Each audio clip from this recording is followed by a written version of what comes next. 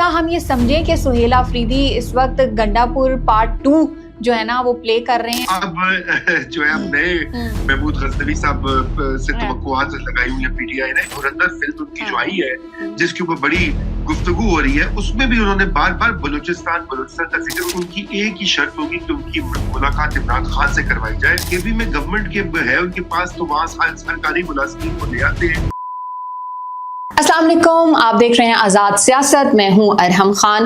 नाजरीन, ये जो हफ्ता गुजरा है ये बड़ा ही, इसमें खबरें जो है ना वो बहुत ज़्यादा थी। सबसे पहले तो बलूचिस्तान में जो जिस तरह से वाक़या हुआ और वहाँ पर 177 जो दहशतगर्द हलाक किए गए हैं उसके हवाले से भी हम बात करेंगे आज पॉडकास्ट में। इसके अलावा वज़ीर आज़म शहबाज शरीफ और वज़ीर आला खैबर पख्तूनख्वा सुहेल आफरीदी की एक बड़ी इंपॉर्टेंट मीटिंग हुई है और पहली दफा वज़ीर आला खैबर पख्तूनख्वा की मीटिंग हुई जब से उन्होंने ये ओहदा संभाला। लेकिन उन्होंने कहा कि उसके अंदर हम भाई कोई सियासी बात नहीं हुई। लेकिन उसके बाद हमने बहुत सारी चीजें बदलती हुई भी देखी। मंगल का दिन मुलाकातों का दिन होता है। इमरान खान से मुलाकात तो नहीं हुई किसी की, लेकिन बुशरा बीबी से 3 माह के बाद उनकी फैमिली की मुलाकात हुई है। और बुशरा बीबी के जिन मेंबरान की मुलाकात हुई है उनसे तो उन्होंने बैरिस्टर गौहर को आके जरूर ये बताया इमरान खान की सेहत के हवाले से। इसके हवाले से भी हम बात करेंगे और आखिर में थोड़ी सी हम बात ये भी करेंगे कि पाकिस्तान जो है वो T20 वर्ल्ड कप तो खेलने जा रहा है, लेकिन भारत के खिलाफ भाई हमने मैच नहीं खेलना। एनालाइज करेंगे तमाम तर इस सिचुएशन को, जो डेवलपिंग खबरें हैं। हमें ज्वाइन किया है रजा रूमी साहब, बहुत ही सीनियर जर्नलिस्ट हैं और ये हमारे सारे सवालात का जवाब देंगे। अस्सलाम वालेकुम, खुशामदीद सर। जी थैंक यू, बहुत शुक्रिया, good to be back with you. मुझे भी बड़ा अच्छा लग रहा है, बड़ा मजा आता है आपके साथ जब हम सवाल करते हैं। कुछ मुश्किल भी हो जाते हैं लेकिन उससे हमें समझ आ जाती है बहुत सारी चीजें। Thank you. तो आगाज करते हैं सर। बलूचिस्तान में बहुत ही नाखुशगवार वाकयात हमने देखे और वहां पर जिस तरह से दहशतगर्दों को हलाक भी किया गया और 177 का जो फिगर है वो हुकूमत की तरफ से दिया गया। और वजीर दिफा ख्वाजा मोहम्मद आसिफ उन्होंने क्लियरली कह दिया कि भाई जो दहशतगर्द है ना उनके साथ निपटा जाएगा आहनी हाथों के साथ। ये जो सिचुएशन बलूचिस्तान में जो कुछ हुआ, कैसे एनालाइज करते हैं? देखिए, एक तो बहुत अफसोसनाक वाकया है। देखिए, इतनी इंसानी जानें सिविलियंस की, हमारे लॉ एनफोर्समेंट की, लेकिन ये बात जरूर है कि इस बार हमारी जो कानून नाफिज करने वाले इदारे हैं उन्होंने एक रिकॉर्ड नंबर के मिलिटेंट्स जो हैं उनको पकड़ा और उनको फिक्स किया। और मेरे ख्याल से ये एक काफी अहम डेवलपमेंट है। उसमें ये भी दिखाई देता है कि ये उन्होंने हमले तो किए, 12 के करीब कोऑर्डिनेटेड हमले अलहदगी पसंदों ने, मगर हमारा जो जवाब था हमारी रियासती एजेंसीज का वो भी बहुत भरपूर और बहुत ही जामे किस्म का था। तो उस लिहाज से तो ये एक काफी मैं समझता हूँ कि पाकिस्तानी स्टेट की जो कैपेसिटी है वो भी सामने आ गई सबकी, कि वो इस दहशतगर्दी का मुकाबला कर सकती है और जवाब दे सकती है। मगर सवाल ये नहीं है कि ये कौन कितना मुकाबला कर सकता है या नहीं कर सकता। असल बात यह कि हमें इस पूरे मसले को जड़ से उखाड़ने की जरूरत है, इसके रूट कॉजेज पे जाने की जरूरत है। और वहां पर 2 ही चीजें आती हैं। एक तो आता है कि बलूचिस्तान के अंदर जो एहसास महरूमी है और जो वहां पे गवर्नेंस के मसाइल है उसको हल किया जाए और उसके ऊपर तवज्जो दी जाए बहुत ही अशद क्या कहते हैं तरीके से, और जरूरी उसको समझ के एक प्रायोरिटी बना के पूरी रियासत जो है, सिर्फ बलूचिस्तान की गवर्नमेंट नहीं लेकिन फेडरल गवर्नमेंट भी और एस्टेब्लिशमेंट भी, वो सारे मिलकर अब ये दिखाते हैं कि भी हमने बलूचिस्तान की गवर्नेंस को कैसे बेहतर करना है, वहां के लोगों के दिल कैसे जीतने हैं जो लोग नाराज या खफा हुए हैं। मगर साथ में जो बैरूनी हाथ है इसमें, जिसका जिक्र भी किया हमारी गवर्नमेंट ने कि इसमें इंडियन हैंड, और यकीनन इंडिया में इसमें अपना जो है उसका हाथ है। अब तो इंडिया कोई छुपाता भी नहीं है। अगर आप उनकी फिल्में देखें, अभी धुरंधर फिल्म उनकी जो आई है जिसके ऊपर बड़ी गुफ्तगू हो रही है, उसमें भी उन्होंने बार बार बलूचिस्तान का जिक्र, उनकी तो स्टेटेड पॉलिसी जो अजीब ग्लोबल है। वहां पर इस वक्त मोदी का नेशनल सिक्योरिटी एडवाइजर, उनकी स्टेटेड पॉलिसी है कि उन्होंने बलूचिस्तान में कोट अनकोट अलहदगी पसंद जो तहरीक है उसकी हिमायत करनी है और पाकिस्तान को उस तरह से नुकसान पहुंचाना। तो अब सवाल ही पैदा होता है कि उसका पाकिस्तान कैसे मुकाबला करेगा। फिर इसमें और एक्टर्स भी हैं, तो इसलिए अरब ये बहुत एक पेचीदा मसला बन चुका है जिसके ऊपर बड़ी होशमंदी का तकाजा। सिर्फ मार धाड़ से ये काम नहीं चलेगा, क्योंकि ये एक मसला बुनियादी तौर पर सियासी भी है और इसमें कुछ बैनुल अक़वामी जो ताल्लुकात है हमारे खित्ते के अंदर, जो पूरी एक सिचुएशन है वो भी इस पे असरअंदाज होती है। जी बिल्कुल सही बात है। भारत तो जिस तरह से उसकी इन्वॉल्वमेंट है फितनल ख़ारिज, फितनल हिंदुस्तान, उस तरह से ये तो बहुत सारी चीज़ें क्लियर भी हो चुकी हैं। थोड़ा-सा मैं अब सियासी साइड पे आना चाहूँगी। मैंने इंट्रो में भी ज़िक्र किया कि वज़ीर-ए-आज़म शहबाज शरीफ से जो वज़ीर आला खैबर पख्तूनख्वा हैं, सुहेल आफरीदी, उनकी मुलाकात हुई और बड़ी इम्पोर्टेंट इसको मीटिंग कहा जा रहा है। आप समझते हैं कि इस मुलाकात के बाद पाकिस्तान तहरीक-ए-इंसाफ की जो मज़ाहमती तहरीक है, वो मनसूख होगी? मैं पर्टिकुलरली बात कर रही हूँ 8 फरवरी के एहतजाज के हवाले से, जिसके अंदर पाकिस्तान तहरीक-ए-इंसाफ ने कहा है कि भई शटर डाउन और पहिया जाम की अपील की हुई है। जी, देखिए बात ये हमने पहले भी इस पे बात की थी। असल में पाकिस्तान तहरीक-ए-इंसाफ की जो मोबिलाइजेशन की कैपेसिटी है ना, लोगों को यानी कि आम अल्फाज में लोगों को जमा करने की जो क्या कहना चाहिए वो उनकी कैपेसिटी है, वो इस वक्त नहीं है। क्योंकि उनकी जो ऑर्गेनाइजेशन है वो पंजाब में तो बिल्कुल इस वक्त तितर-बितर है पार्टी की। और केपी में केपी में गवर्नमेंट के है उनके पास, तो वहां सरकारी मुलाजमीन वो ले आते हैं। हाँ। पहले भी आपको याद है कि वो भर के जो गवर्नमेंट के हैं एहलकार, फिर बाद में उनको करोड़ों रुपए का टीए भी दिया गया क्योंकि वो जाए थे इस्लामाबाद इस्लामाबाद को फतह करने के लिए। मतलब आप अंदाजा करें ना कि कितना बड़ा ये जुल्म है टैक्स पेयर्स के पैसों के साथ। तो वो वहां से उनके बिल्कुल लोग आ सकते हैं, और अगर चंद हजार लोग आ भी जाते हैं तो सवाल ये पैदा होता है कि क्या वो इस्लामाबाद को या पाकिस्तान को जाम कर देंगे। बिल्कुल ऐसा नहीं है। और ये मेरे ख्याल से एक तो, लेकिन बहरहाल हुकूमत की ये अच्छी एक तरीका कार है कि उन्होंने जो है न सिर्फ सुहेल आफरीदी से मुलाकात की प्राइम मिनिस्टर ने, जो कि करनी चाहिए, जो कि वैसे भी होनी चाहिए। कोई जो भी नया चीफ मिनिस्टर है उसने मरकज के साथ तो ताल्लुकात रखने हैं, और फेडरेशन के साथ उनका जो बड़ा अहम रिश्ता भी है, वो फाइनेंसेस का, दीगर 100 मामलात हैं, तो वो तो बहुत अच्छी बात है और ये एक पॉजिटिव डेवलपमेंट है।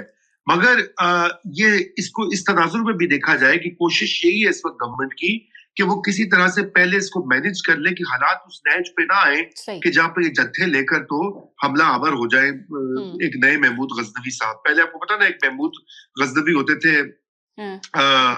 अपना गंडापुर साहब, तो अब जो है अब नए महमूद गजनवी साहब से तवक्कुआत लगाई हुई है पीटीआई ने। तो ये एक स्ट्रेटजी भी है, और शायद इसी स्ट्रेटजी में ये भी इमरान खान से और बुशरा बीबी से मुलाकातें जो है उनको मशरूत किया गया है ताकि अगर तो वो गुड बिहेवियर की जमानत देंगे तो फिर मुलाकातें होगी। और बुशरा बीबी देखें, उनसे जो आपने जिक्र किया कि उनकी मुलाकात हुई, इस वक्त जो इमरान खान साहब के ऊपर जो एक शख्सियत असरअंदाज हो सकती है जिसकी वो सुनते हैं, वो बुशरा बीबी है। और मेरे ख्याल से यही वजह है कि ये जो मुलाकात भी हुई है इसमें यकीनन ये बात भी की गई होगी इस एहतजाज के हवाले से। आपको याद है कि पिछली बार भी 26 नवंबर वाला जो एहतजाज था उस वक्त भी बुशरा बीबी से पहले बातचीत की गई थी। फिर वो एंड में ये हुआ कि बुशरा बीबी ने कुछ बातचीत जो भी की, उसके बाद फिर वो अपनी बात से थोड़ा हट गई, या वो वहां पे पहुंच गई डी चौक, लेकिन फिर वहां से वापस वो रवाना हो गई।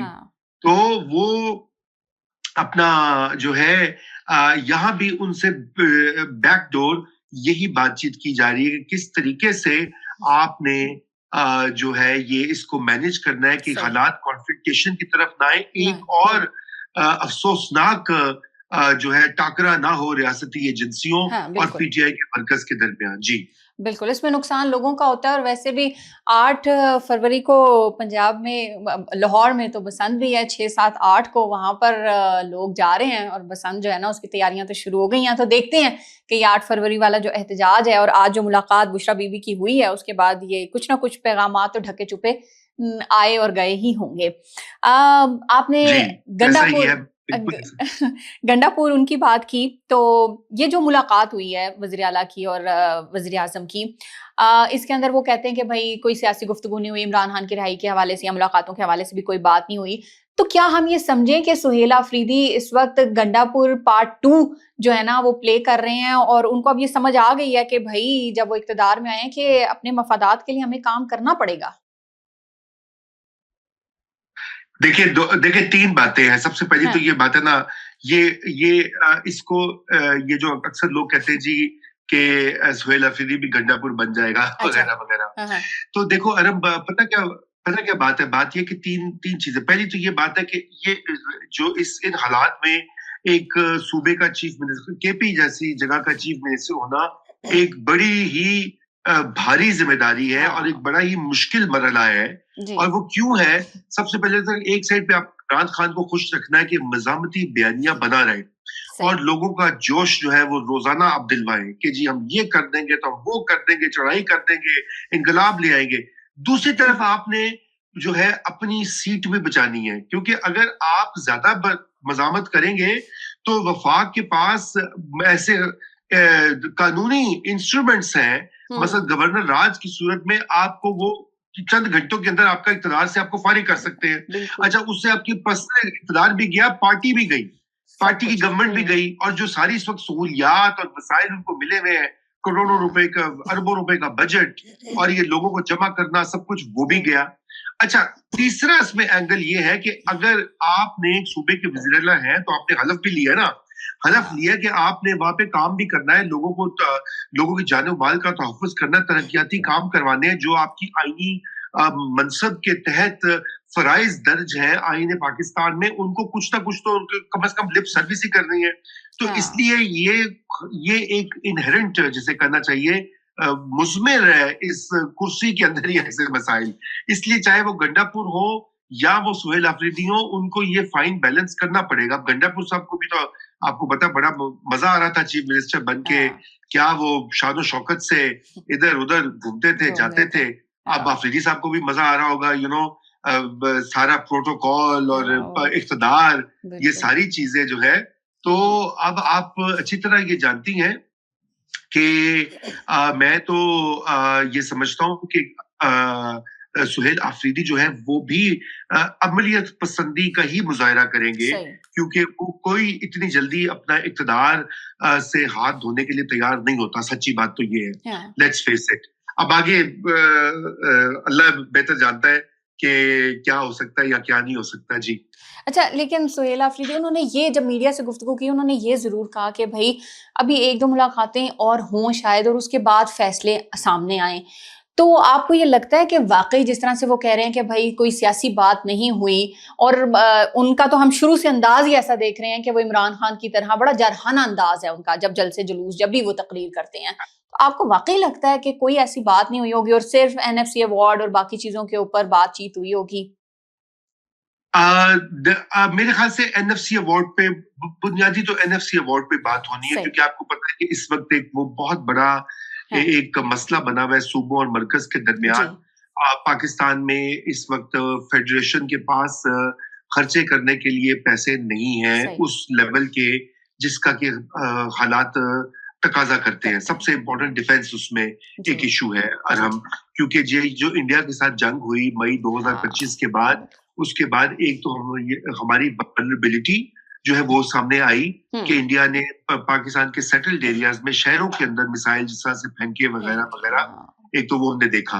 मगर उसके साथ साथ हमने ये भी देखा कि हमारा डिफेंस कितना जरूरी है, कि अगर हमारी वो कैपेबिलिटी ना होती, अगर हमने जिस तरह से इंडिया के साथ वो किया, तो हमें तो इंडिया जो है वो गाजा बना देता बमबारी कर करके।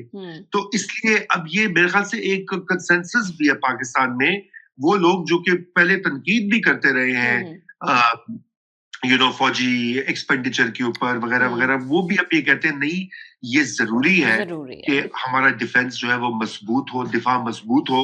तो उस हवाले से मैं समझता हूँ कि वो एक सरे फहरिस्त मसला एनएफसी अवार्ड के हवाले से है, और वहां पे कोई रसा ढूंढ। लेकिन आई एम श्योर तस्करा ये भी हुआ होगा, 8 फरवरी का भी हुआ होगा, ये भी हुआ होगा कि भाई मुल्क में ये इंतशार ना फैले, स्टेबिलिटी रहे वगैरह वगैरह। पाकिस्तान में इस वक्त उज़्बेकिस्तान के, ताजिकिस्तान के, कजाकिस्तान के प्रेसिडेंट्स आए हुए हैं और डिग्निटरीज ने आना है वगैरह वगैरह, जो सारी मामलात होते हैं जैसे फेडरल गवर्नमेंट्स करती हैं।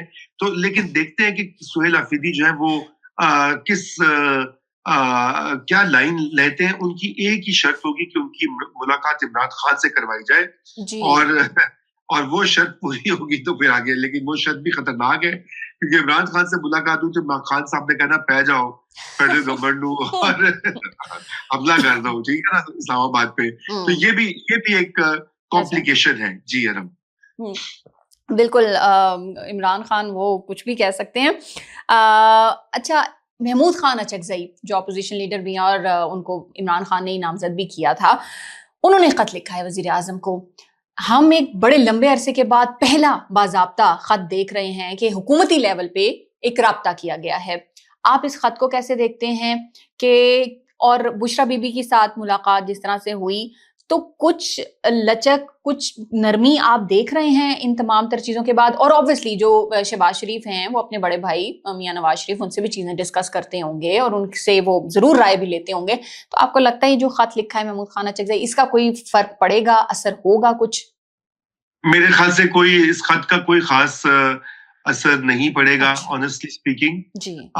मैं आपको ये बात बता दूं कि ये जो मामला है, अचकजई साहब जितने मर्जी खत लिखते रहे, बात ये है कि जब तक कुछ बेसिक इश्यूज के ऊपर पीटीआई की तरफ से यकीन दहानी नहीं आएगी, सही। उस वक्त तक ये खतों किताबें चाहे जारी रहे, कोई खास फर्क नहीं पड़ेगा। लेकिन लचक जरूर दिखाई जा रही है। आपने बिल्कुल सही ये बात कही है, और मेरे ख्याल से वो एक अहम नुक्ता जिसका आप जिक्र कर रही हैं, वो लचक बिल्कुल हमें दिखाई दे रही है सही। कि बुशरा बीबी की भी मुलाकात करवाई जा रही है, वजीर आजम भी मिले हैं सोहेल अफरीदी से। हो सकता है इमरान खान की भी जल्द मुलाकात एक दो करवा दी जाए उनके लॉयर्स के साथ, या उनके और भी जो भी जिसे कहते हैं फैमिली वालों के साथ, बहनों के साथ, सही। वो एन मुमकिन है, लेकिन कोई अंडरस्टैंडिंग होनी जरूरी है बैकग्राउंड में, उसके बगैर ही काम नहीं होगा। जी ट्रू, बिल्कुल ठीक। अच्छा, आखिर में पाकिस्तान ने फैसला तो कर लिया है कि T20 वर्ल्ड कप में हम शिरकत करेंगे, लेकिन भारत के खिलाफ मैच नहीं खेला जाएगा। इसको आप कैसे देखते हैं? देखिए, बात यह है कि पाकिस्तान ने बिल्कुल सही फैसला किया है। सही। ये बदमाशी जो थी पहले, ये इसको कब तक हम बर्दाश्त करें? ठीक। और जो बांग्लादेश के साथ भी किया हिंदुस्तान ने, देखिए हिंदुस्तान का एक अमूमी रवैया जो है, एरोगेंस जिसे कहा जाता है ना, तकब्बुराना एक एटीट्यूड बन गया है अपने नेबर्स के साथ। वो पाकिस्तान के साथ भी वो समझते हैं कि जी कोई हिंदुस्तान को बहुत बड़ी पावर बन गया है और इसलिए पाकिस्तान को तो हम खातर में नहीं लेकर आएंगे वगैरह वगैरह। और यही सूरत हाल है कि वो ये समझते हैं कि गालिबन जो बांग्लादेश है वो भी कोई उससे कमतर या और जो उसको जिस तरीके से वो चाहे वो चला ले।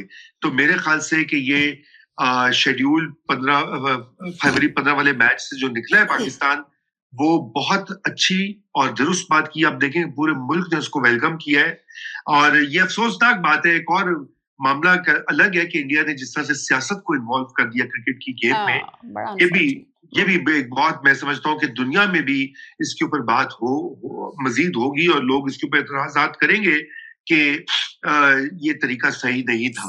मगर बहरहाल ये अब आगे देखते हैं कि क्या आईसीसी जो है और जो इंडियन और जो वर्ल्ड क्रिकेट जो पूरी बॉडीज हैं वो किस तरह से इसको देखती हैं, क्योंकि उनका भी तो काम है कि वो एक फेयरनेस और बैलेंस का वो माहौल मुहैया करे तमाम टीमों को। जी, बिल्कुल ठीक। बहुत शुक्रिया सर, आपने हमारे तमाम सवालात का डिटेल में जवाब दिया और बड़ी क्लैरिटी भी मिली हमें आपके जवाबात से।